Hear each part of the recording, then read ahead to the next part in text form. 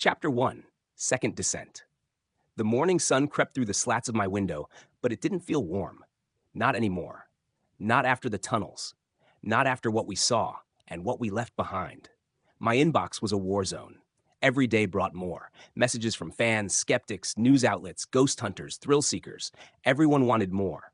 But the worst were the ones who believed. My brother disappeared in that same tunnel system in 2009. Please go back in. There's more down there. We need to know what that thing is. Then there was the email that broke me. It came at 3:12 a.m., a subject line so simple I almost deleted it. I saw Kyle. The message was brief.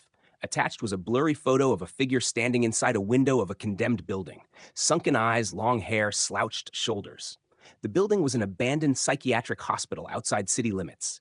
Boarded up since the early 90s. Known online as Red Pine Asylum.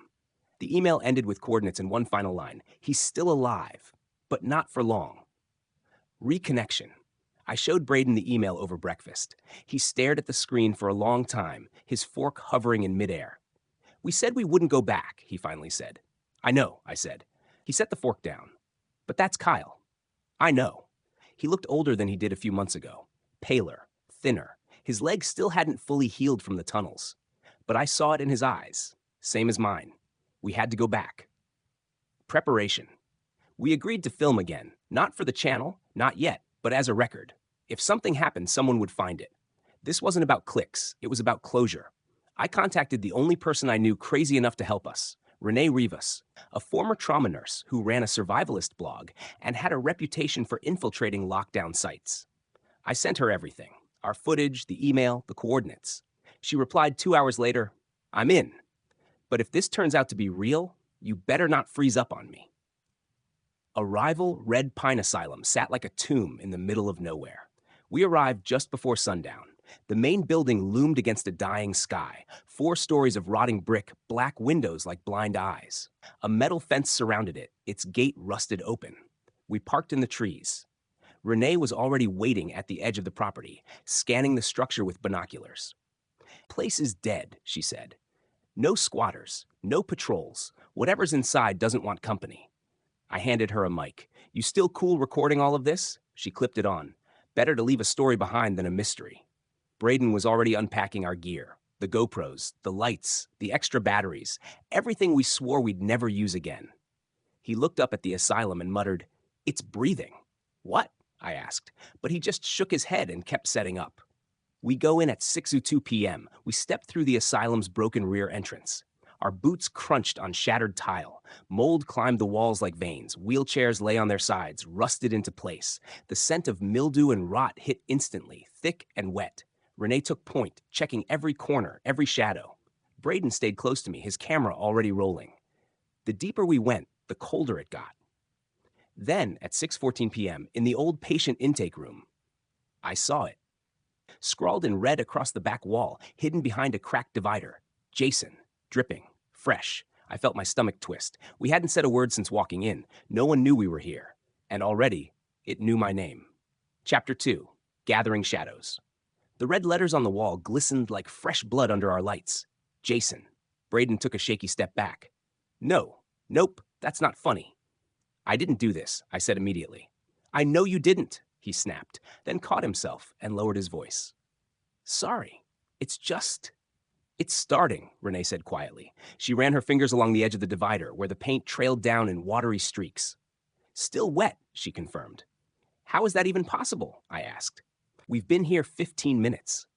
Renee looked at me, her expression hard. If this is anything like what you showed me from the tunnels, time won't work the same in here. The setup. We found what looked like an old security office on the first floor, cameras long dead, monitors shattered.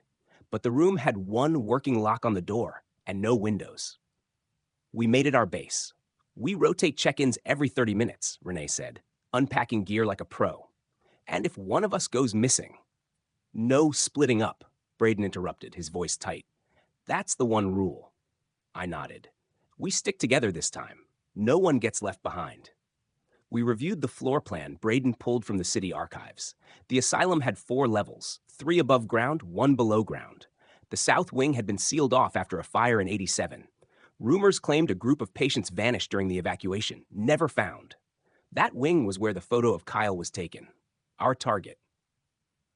Deeper signs. We made our way toward the south corridor. The floor creaked beneath us. Paint peeled in long, curling strips. One room still had a cot bolted to the floor with leather restraints hanging off it like dried skin. Braden aimed his flashlight at the wall and froze. A name. Written faintly in black marker. Avion was here, he whispered. He was here. More writing followed, carved into the wood below it. Keep walking. Don't listen to them. They lie. He's in the stairwell. Don't open it.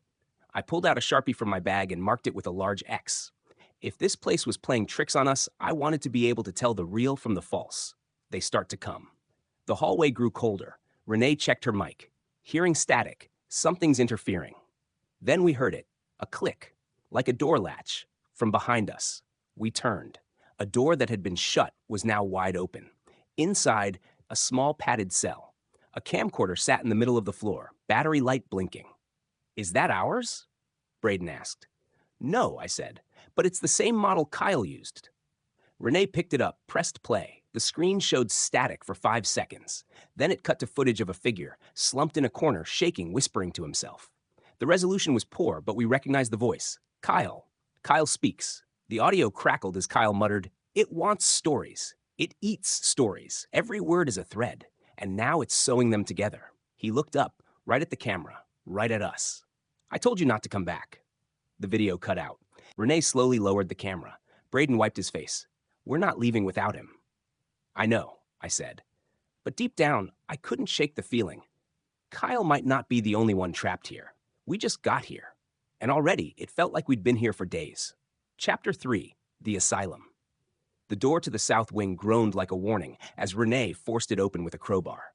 Rust flaked off the hinges in thick chunks. A gust of air hit us. Cold, sour, like something had been sealed in there for decades and was still breathing.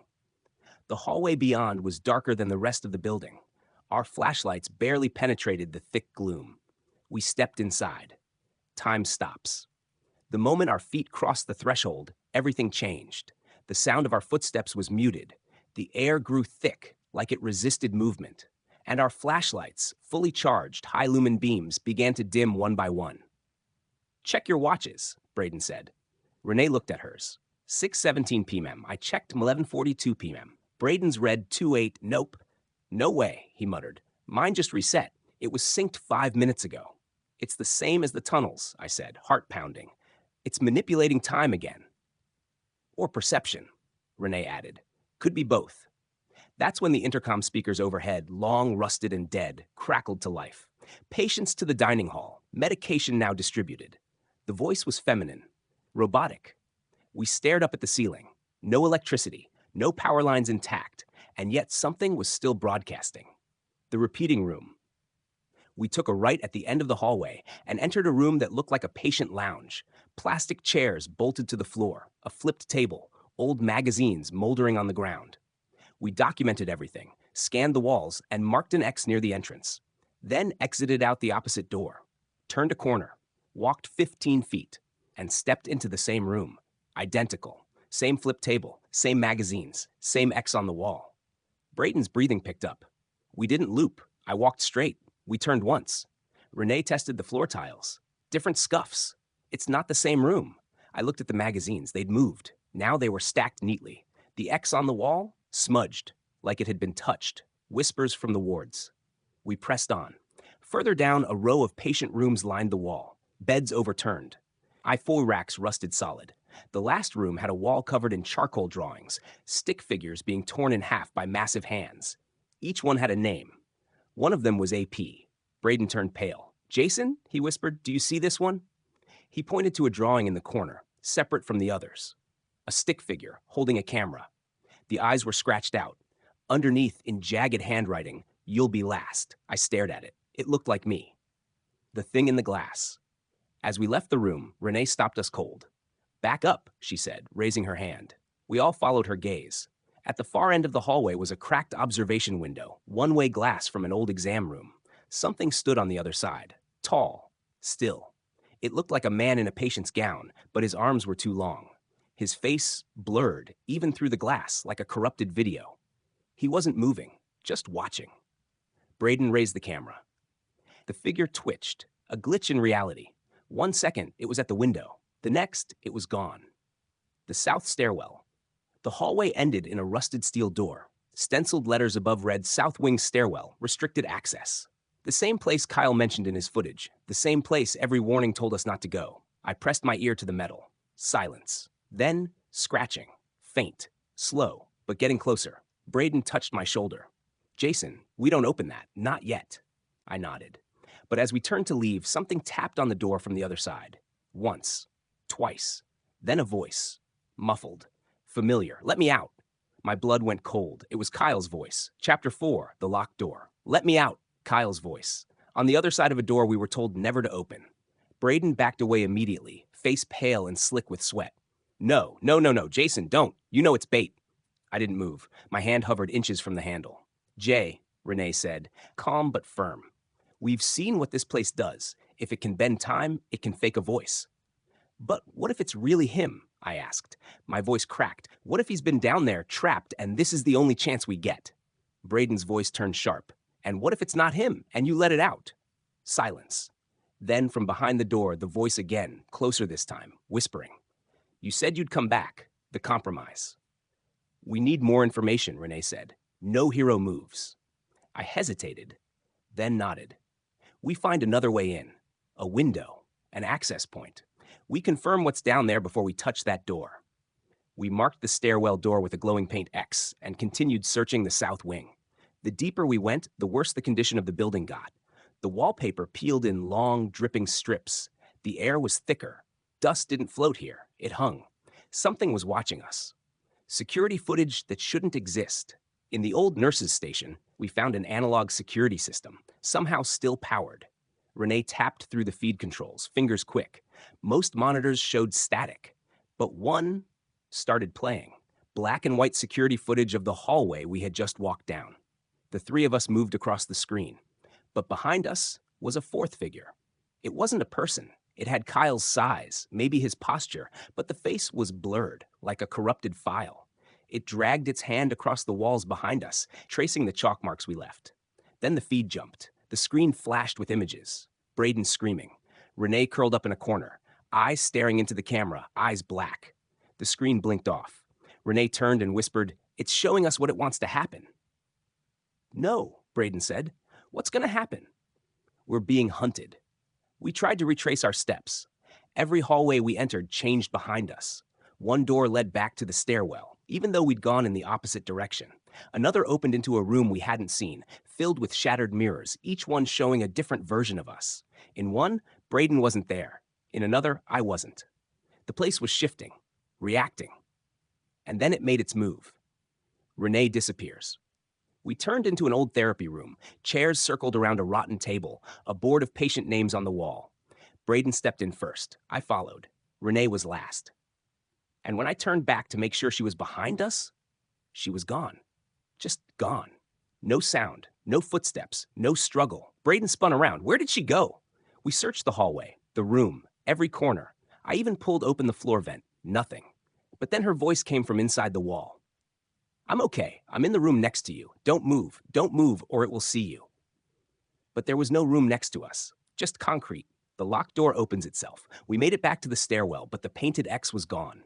The door, now unlocked, wide open, pitch black inside, and from within it, we heard something walking, slow, deliberate, and then Jason. But it wasn't Kyle anymore. The voice was mine. Chapter 5, Time Breaks. Jason, my voice echoed out of the stairwell like it had been recorded, distorted, then played back through broken speakers. Braden pulled me away, but I kept staring into the dark. "I'm hearing myself," I said, "from inside a place we haven't entered." Braden shook his head.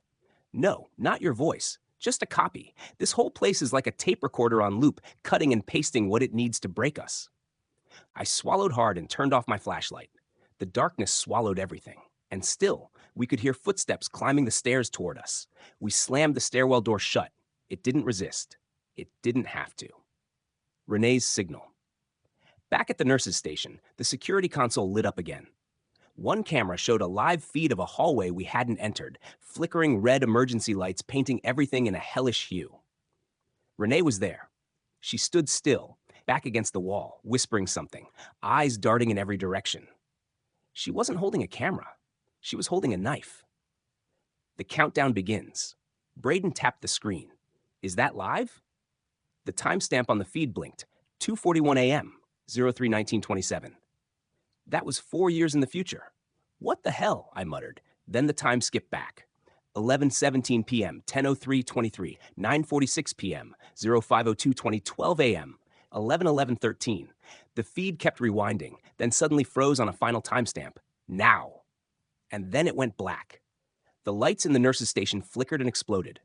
Shards of glass shot across the room.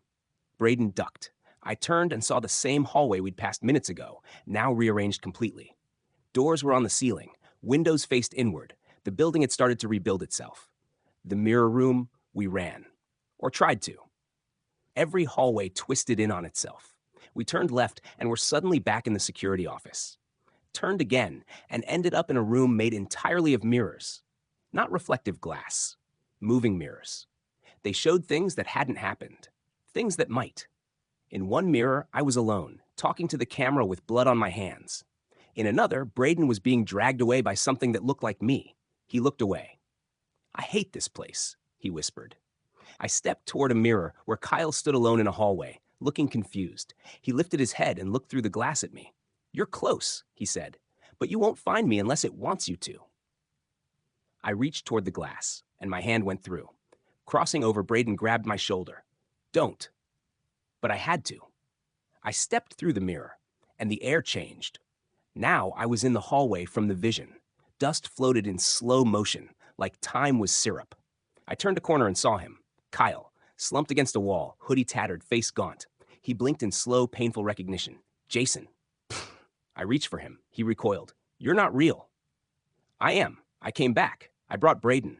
AP's alive. We're trying to find you. He shook his head, trembling. You shouldn't have come back. The collapse. The walls began to pulse. Lights popped like breaking bones, and Kyle whispered, It's waking up again. A scream ripped down the hallway. Not a human scream. Braden's voice came through my earpiece. The mirrors are closing. Get back! I turned to Kyle. Come with me. He hesitated. Then nodded. We ran back the way I came. But the mirror? It had cracked. Just enough for me to barely fit through. Kyle? He slammed into it and bounced off. Go, he shouted. I'll find another way. And just before the crack was sealed, I saw it behind him. The blurred man. Dragging something behind him. Time is breaking back with Braden. I collapsed to my knees. You saw him? He asked. I nodded. He's still in there, but he's lost. Braden looked down at his watch. The hands were spinning like a roulette wheel. Time was no longer moving forward. It was falling apart. Chapter 6, Kyle's Message. The asylum was no longer a building. It was a memory, unfolding, rewinding, rebuilding itself in endless combinations. Every hallway we walked began to feel remembered, not traveled. Like we were playing out a loop someone else had already walked and lost. And then we found it. The journal inside a collapsed room once marked patient archives. Behind a rusted filing cabinet, Braden discovered a torn journal. A flashlight beam caught the cover. Property of K. Mercer. Kyle. He flipped through the pages, hands shaking. The writing started clean, neat. Journal entries, thoughts, ramblings. But as the pages continued, the words twisted, became frantic, scribbled over one another. I took the journal and read aloud. I've stopped keeping track of the days. They don't work the same here. Time spreads. Sometimes I see my own footprints from a moment I haven't lived yet. I tried to follow the lights. It led me to the stairwell again. Don't go into the stairwell. That's where it feeds. The warning deepens. We kept reading. On one page, Kyle had drawn a map, hand-sketched, warped, like someone trying to capture a shape that resisted staying still. It didn't look like a building. It looked like a nervous system. The stairwell was labeled at the center. A single note scribbled beside it. The center of the place. The mouth. Another entry, days later, or earlier. There was no order. It doesn't want to escape. It wants memory. That's how it traps you. If you forget what's real, you stay. It speaks in voices you trust. Braden flipped the last page. On it, in huge letters, was just one line. If you're reading this, it's too late to leave clean. Something is coming. Then came the scratching. Not behind the walls, above us. We aimed our flashlights upward, just in time to see something crawl across the ceiling vent. It was fast, thin, and it made no sound, only the faint drag of bone against metal. We ran. Returning to the base room, back at the nurse's station, we barricaded the door with overturned desks. The monitors were dead again, all but one, flickering in and out. It showed a live feed, the stairwell door, still open. And on the floor in front of it, a new camera. Ours. We didn't put it there. We didn't even lose one. It was just there now, as if it had been waiting for us to see it. Braden turned pale. This thing's copying us, creating its own version of us, its own story. I nodded slowly. It doesn't want to kill us, I said. Braden looked at me. It wants to keep us. Final journal entry. Before resting, I flipped back to the inside cover of Kyle's journal. I hadn't noticed it before. There in the corner, smaller handwriting, almost like a postscript. AP is alive. I saw him 2 floors down. The creature won't kill him. It's saving him. He said something that scared me more than anything else. He said, I think we're already part of its story. Chapter 7. The Stairwell. We waited until the hallway fell silent again. No scratching, no whispering, just the steady hum of the building breathing around us. Then we moved, back toward the stairwell. The map Kyle had drawn, if you could even call it that, had burned itself into my brain. Everything led back to it. Not just physically, but emotionally. The stairwell wasn't a room, it was the center, the core, the place where the asylum fed, and the place where it stored what it didn't want to lose. Approach. The door was still open when we arrived, wide, silent. The air around it was cold, like the heat had been sucked out. There were no chalk marks anymore, no painted X. The asylum had rewritten that history. Braden stood back. I'm not going down there, he said. I know what the journal said. I'm not going down there to win, I said. I'm going down because I think they're still alive. He looked at me for a long time, then nodded. I'll follow. Descent. We descended the stairwell slowly. Each step creaked under our boots. The walls were damp, covered in names scratched into the plaster. Dozens of names, some crossed out, some smeared, some repeated over and over. Jason, Avion, Jason, Kyle, Braden, Jason. We stopped halfway down when the wall to our right opened up into a landing, a windowless room. Inside it, a figure sat on the ground, hunched over. AP, finding AP, Avion, I called out, stepping in. He didn't respond. He just sat still, whispering. Braden moved to his side and shook his shoulder. He flinched violently, but then his eyes found ours. Jason? It's us, I said. It's real. You're not hallucinating. I thought I was dead, he muttered. I thought you were just part of it. It showed me things, said it would keep me safe, but only if I kept still. He reached into his pocket and pulled out something wrapped in cloth. It was a photo, old, worn, all 4 of us, taken months ago. The last shoot we did was before the tunnel. He held it like a relic. Warning from below. I've seen Kyle, AP said. He talks to it now. Talks to it? Braden repeated, shocked. He thinks it's alive, thinks it listens. He writes in that journal like it's a letter to a god. Is he? I hesitated. Is he still Kyle? AP didn't answer right away. Then quietly, I don't think he knows who he is anymore. We helped AP to his feet. Behind us, deeper down the stairs, came the first true sound of movement. Not scratching, not crawling. Footsteps, heavy, steady, rhythmic. Something walking. The door that wasn't there.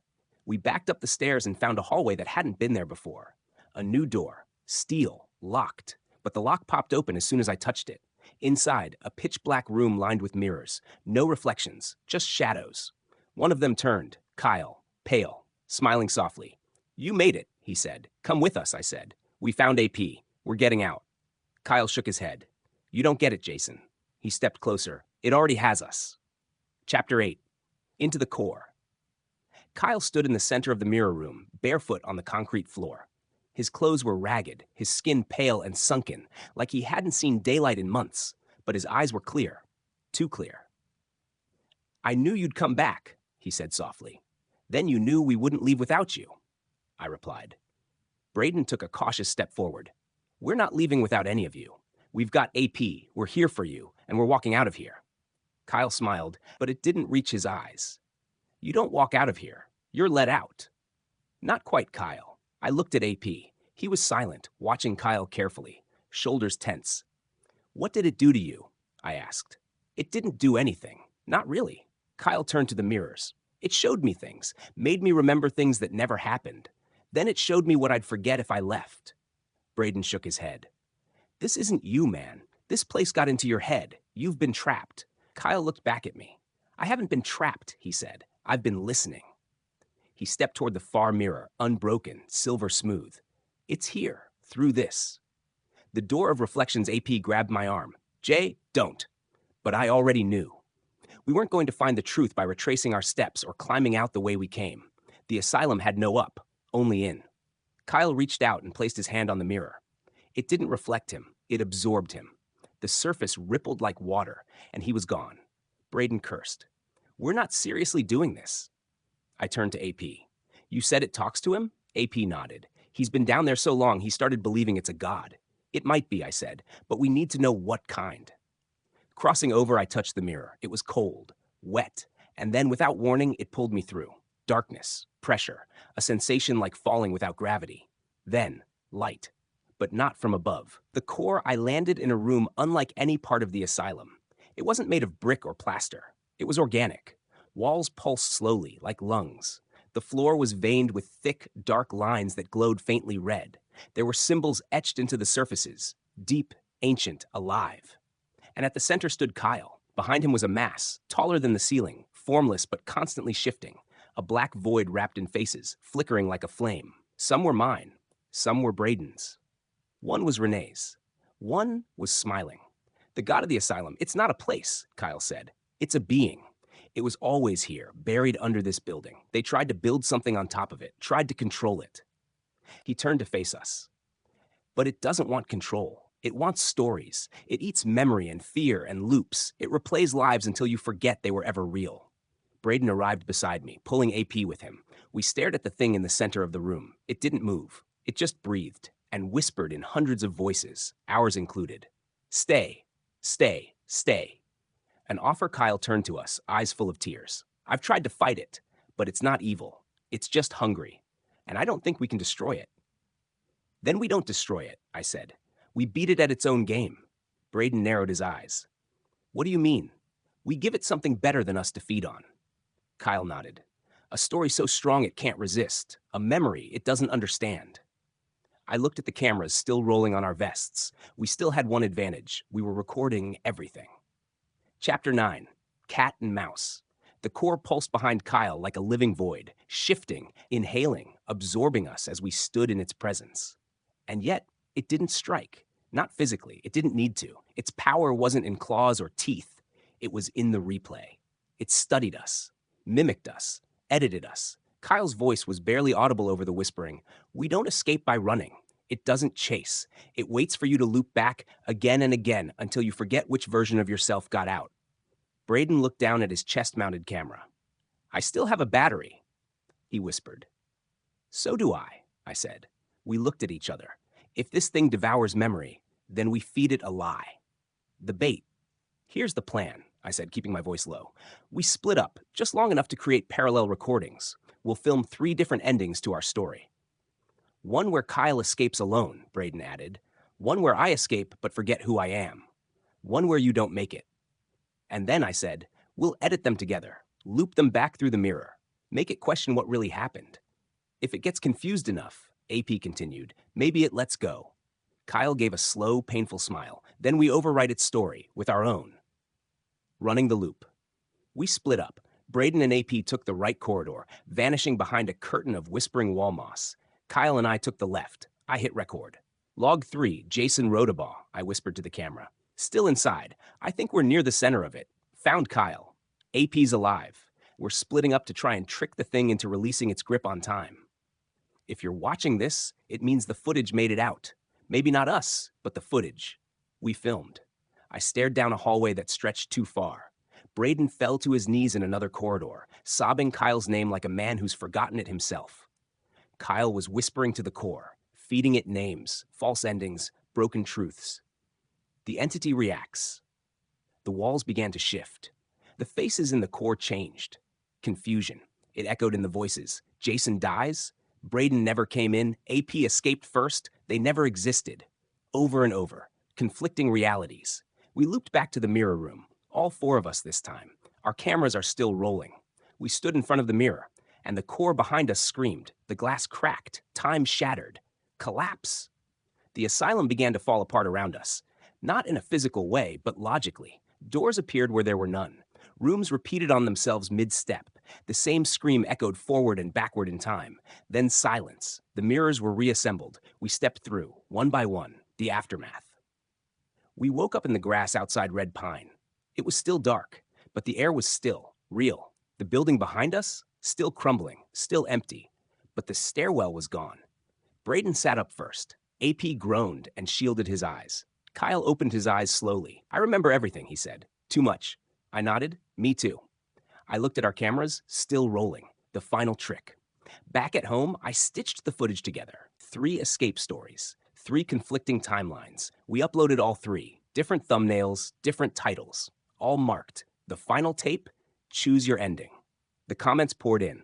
Wait, wasn't Jason the one who stayed behind? I thought AP didn't make it in this version. Which one is real? The entity would see it, the confusion, and maybe, just maybe, that would keep it locked in. Chapter 10. The feed uploading the videos wasn't just a release. It felt like an exorcism. 3 different edits, 3 different endings. Each one told a version of what happened inside Red Pine Asylum. Each one is true and also a lie. In one, I never made it out. In another, Braden lost his mind and vanished. In the third, AP stood alone in front of a burning building, whispering Kyle's name, and each video ended the same way. A mirror, a shadow, a whisper. Come back. You left something behind. Viral again.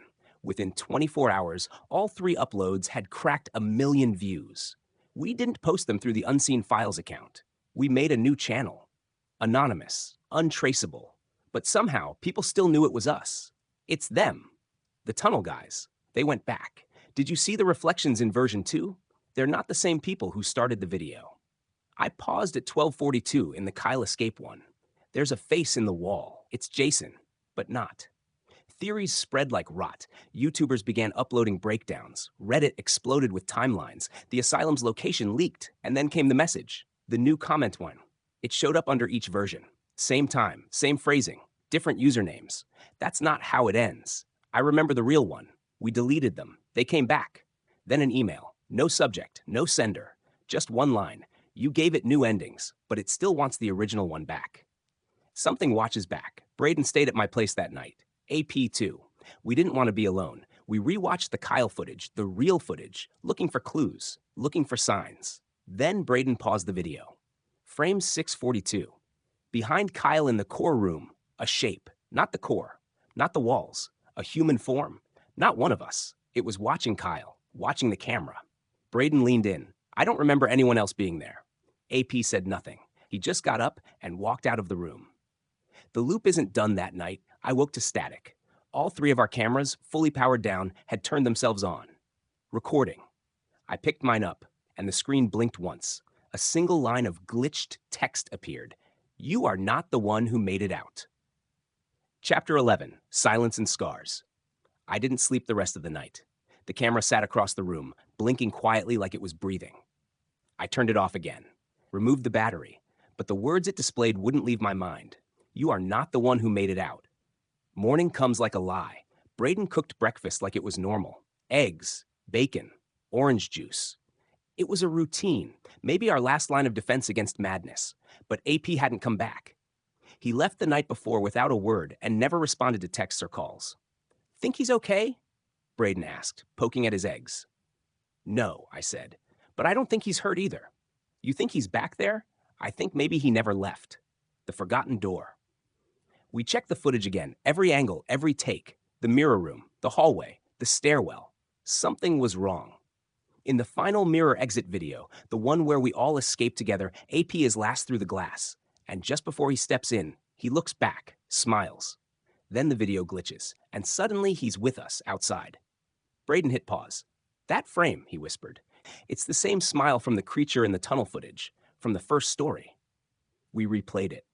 This time, it was longer. The glitch didn't cut to AP stepping out. It cut over him, like something else stepped in his place. Tracking the loop, I checked the channel's back end. All 3 videos were still gaining traction. New comments every minute, but one IP address stood out, repeating across all 3 uploads. When I traced it, it didn't lead to a real user. It led to Red Pine Asylum. GPS is dead center of the building's foundations.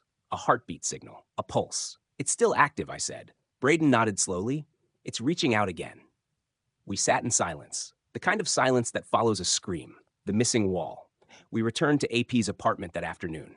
Door unlocked, lights off. Nothing disturbed, except for one thing. On the far wall of his living room, where we'd once tacked up fan letters and paranormal theory maps, there was now a mirror, one we'd never seen before. Not bought, not installed, and in its reflection, Braden wasn't there. A memory bleeds. I backed up, blinked. Still no Braden. Jay? He asked, his voice distant. You're not showing up, I said. In the mirror. You're just gone. Braden slowly stepped forward, looked into the glass, then stared hard, and said, without looking at me, I remember dying. Falling through, I turned to face him. What did you say? I remember falling in the stairwell. I slipped. I felt the back of my head hit the railing. I shook my head. That didn't happen. He looked at me, truly looked. No, it did, but I'm still here, so... He didn't finish the sentence. He didn't need to.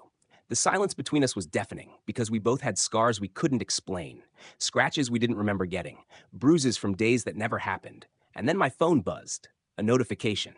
Video 4 uploaded, the lost episode, unseen, files. We hadn't uploaded anything. The thumbnail was black. The runtime, 47:39, the description, they're starting to remember. Chapter 12, The Lurker. We didn't upload that video, but it was online. 47 minutes and 39 seconds of something we never filmed, at least, not that we remembered. I tapped play. The opening was our logo, our old one. The unseen files, flickering, glitching, as if decaying digitally in real time. Then static. Then the footage. The lost episode. It started inside Red Pine, but it wasn't any of our cameras. The angles were wrong, too low, too smooth. The camera work didn't look handheld. It looked watched from corners, from ceilings, from places we never mounted a rig. And in the footage, all 4 of us. Jason, AP, Kyle, inside the asylum, wandering, speaking, laughing nervously. Except we didn't remember any of it. Did we film this? I asked. Braden just shook his head. Then on the screen, Braden tripped, fell down the stairwell, hit his head, didn't get back up. The other versions of us screamed, tried to carry him, failed. Then the video cut to a still image. Braden stared directly into the lens. His head was bandaged, his eyes are black. He smiled. Splintered truth. It remembers everything, Braden whispered. It's cataloging alternate timelines, every version of us, every way we die. AP's voice rang in my ears from memory. It plays you back, rewrites you, keeps what it likes. I scrubbed ahead in the video. At 38:12, I found it. A hallway, somewhere deep. And the thing, the lurker, tall, emaciated, a patchwork of limbs, some human, some not, covered in wires and flesh and glass shards like a walking recording device. It moved like a bad memory, too fast, too smooth, too wrong. It passed by a mirror, and in the reflection, Jason. Not the monster, just me. The doubt grows. I said, heart thudding, I think it doesn't just mimic us. Braden didn't respond. He was staring into the mirror in AP's apartment again, still not reflecting. Then he said something that made my blood run cold. I don't think I ever left the asylum. I stepped back. What? I think I'm still in there, somewhere. Maybe on the floor, maybe unconscious, maybe just trapped. And this, he gestured at himself, this version of me, this is what it let out. Footsteps at the door. We didn't move, we didn't breathe. Then knocking, not on the front door, on the mirror. 3 slow taps, then a 4th. The surface rippled, just like red pine. A shape moved behind the glass, slender, pale, featureless. But it wore Jason's hoodie. Braden stepped back. Jay, if I'm not real, you might not be either. I stared at my hands. My reflection was still there, still intact. But my shadow didn't move. Chapter 13, Feeding Ground. The mirror in AP's apartment continued to ripple, as if the glass were holding back something liquid and alive. Braden stood behind me, silent, his breath shallow. Maybe we never escaped, he whispered again. Maybe we're still down there. And this, he gestured around the room, the apartment, the world outside the window, is just the asylum playing back our favorite ending. I wanted to argue. I really did. But then the lights in the room flickered. Not all at once, in sequence, like a hallway lighting up as something walked slowly toward us. Signal breach. My phone buzzed violently. New upload alert, the unseen files live. We hadn't gone live, but a stream was running. It was us, now, in AP's apartment, the same camera angle as our current position. But in the stream, I wasn't blinking. and Braden was smiling. Not a human smile. The lurkers. The house becomes the asylum. The walls of the apartment began to rot, not physically, visually, like filters of decay were being applied in real time. Cracks crawled along the ceiling, paint peeled in reverse, like rewinding footage. I ran to the front door. It opened to a hallway, not AP's building hallway. Red Pine's third floor. Braden moved to follow, but the floor beneath him shifted, from hardwood to cracked tile. I grabbed him and pulled him through the door. The air that met us was moldy, wet, underground. We weren't in the apartment anymore. We were back inside. Welcome back. The hallway lights snapped on, one by one, illuminating the stretch ahead. Each light blinked just as I stepped beneath it. The asylum had remembered us, and it had decided we were unfinished business. We didn't escape, I said. We just made the footage escape. Which is exactly what it wanted, Braden muttered. It doesn't feed on death. It feeds on attention. I stopped. That was it, the revelation. The asylum's alive, yeah, but it's not just a spirit or a monster. It's a system, a loop. It feeds on being remembered, on being seen. That's why it let us out. We took its story with us. We made it real. Braden turned pale. It's viral. And then I understood. The strange emails, the new videos. The live stream didn't start. It's not haunting the asylum anymore. It's moved online. A wall of screens. We followed the corridor to a large chamber, one we'd never reached during the first descent. It wasn't decayed. It was clean, lit by glowing monitors and humming servers, cobbled together from old asylum tech and something newer. Every screen played a version of our story. Different edits, different deaths, different fates. It's creating infinite versions of us, Braden whispered, and each one draws more in. The air grew colder, the lights dimmed, and then it arrived. The entity revealed. The lurker stepped out of the far wall, its shape still shifting, but now clearly human-like, stitched together from reflections, shadows, and the faces of everyone it had ever consumed. It didn't move toward us. It simply raised a hand, and all the screens behind it shifted. To one camera angle, us. Standing right there, watching ourselves be watched. Loop complete. Chapter 14. Out again. The lurker stood beneath the wall of monitors surrounded by infinite versions of us, dying, escaping, looping. It didn't speak. It didn't need to. We knew the truth now. It was never about killing us. It was about reproduction, replication. Every view, every rewatch, every share and theory and fan edit, it fed the asylum more data, more loops, more minds caught in the echo chamber of our footage. It's not a ghost, Braden said. It's an algorithm with a god complex. And we're the prototype. The final choice. The lurker stepped aside, revealed a screen with a live countdown, a broadcast queue. One final upload ready to go live. The true ending, the unseen files. We looked at each other. This is it, I said. We let it go live, and it never stops. Braden stared at the keyboard below the screen. Or we delete it. My hands hovered over the keys. Delete or upload. The conversation, Kyle's voice came from somewhere, faint, distant, but echoing through the walls like a radio signal. It won't let you destroy it. It's already part of people now. It's memory.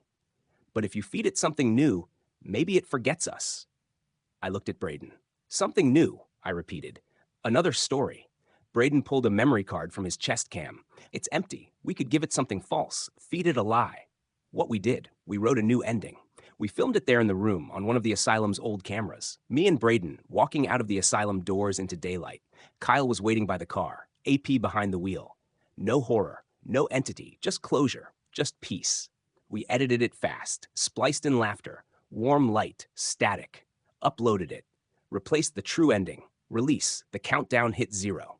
The fake finale was broadcast to thousands, millions. People cried. Some called it fake. Some called it art. But none of them went looking for the real place because they believed the lie. And that was the point. Back in the world, we walked out of the server room. The asylum cracked behind us, not with sound, but with forgetting. Doors vanished. Rooms collapsed into static. And behind us, the stairwell finally filled with light. We walked until it faded.